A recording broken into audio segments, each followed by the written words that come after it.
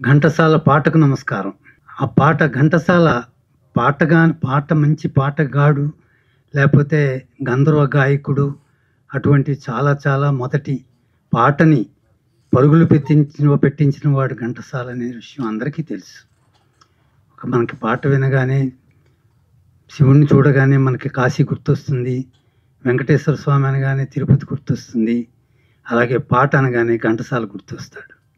అటువంటి ఘంటసాల గొప్ప గాయకుడని అందరికీ తెలుసు. కానీ ఆయన వ్యక్తిత్వం అంతకంటే గొప్పదనే విషయం చాలా కొద్ది మందికి తెలుసు. ఆ వ్యక్తిత్వం అందరికీ పరిచయం చేయాలనే ఉద్దేశంతో సినిమా తీయడం జరిగింది. సినిమా తీశాము. ఘంటసాల మొదటి పాట పాడడానికి ఎంత కష్టపడ్డారో అంతకంటే కష్టపడి తీయాల్సి వచ్చింది.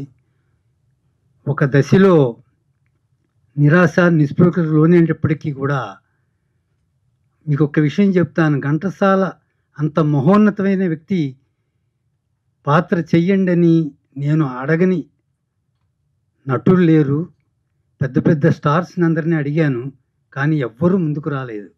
కానీ ఆ సమయంలో నాకు స్వరాభిషేకం చూస్తున్నప్పుడు నేను కృష్ణ చైతన్య చూడడం జరిగింది. ఈయన కొంచెం ఘంటసాల గారి దగ్గరగా ఉంటే ఆయన కూడా ఎంతో పెద్ద మనసు చేసుకొని, నేను నటుడిని కాదు గాయకుడిని అంటే నేను నటింపజేస్తానని చెప్పి ఆయన్ని ఒప్పించి ఈ సినిమాకి ఘంటసాల పాత్ర జరిగింది. ఆ విషయంలో బాలసుబ్రహ్మణ్యం గారు ఒక ట్రైలర్ లాంచ్ చేస్తున్నప్పుడు అన్నారు, ఎవరు సెలెక్ట్ చేశారో కానీ ఘంటసాలని, ఆయన కేసీ అని పిలుచుకునేవారు. అచ్చు చిన్నప్పుడు ఘంటసాల ఎలా ఉన్నారో ఆ విధంగానే ఉన్నారు. సినిమా చూస్తే మీ అందరికీ అనిపిస్తుంది, ఓహ్! నిజంగా ఘంటసాల అంటే ఈయనే అన్నట్టుగా అతను బాగా పెర్ఫార్మెన్సు చాలా గొప్పగా చేశారు.